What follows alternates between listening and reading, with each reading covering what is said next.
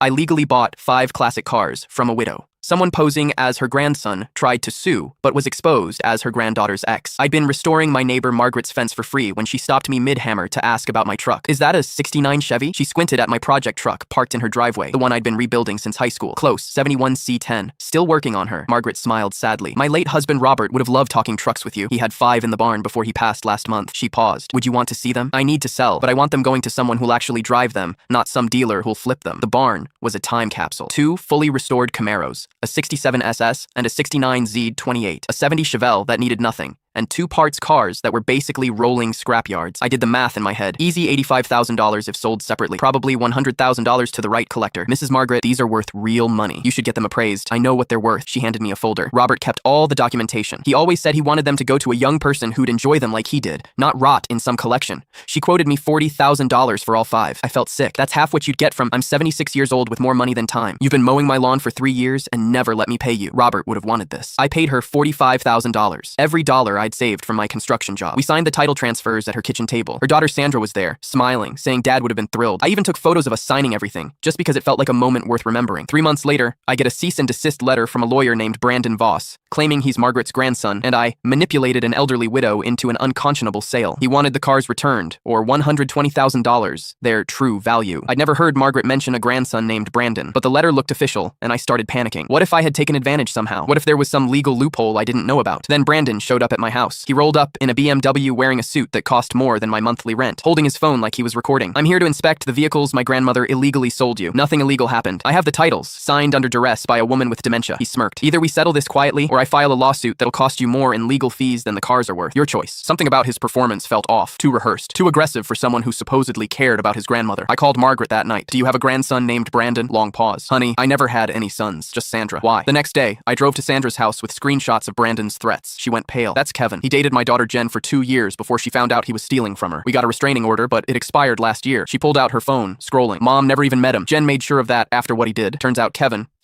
Brandon, had been stalking the family's social media after Margaret's husband died. He'd seen the estate sale posts, figured out about the cars, and created an entire fake legal threat, hoping I'd just pay him to go away. But here's where it gets beautiful. Kevin sent me one final text. Last chance before I file Monday. $80,000 and we're done. I responded, file away. I'll see you in court. Monday morning, I got a call from his law firm, the real one, where he was apparently a junior associate, except Kevin had been sending those threatening letters on company letterhead without permission, claiming to represent a client that didn't exist. He was fired that afternoon. Sandra called me a week later, laughing. Jen just texted me. Kevin's moving back in with his parents because he can't find another firm that'll hire him after being terminated for ethics violations. The Camaros are still in my garage. I drive the 69 every Sunday, exactly like Robert would have wanted.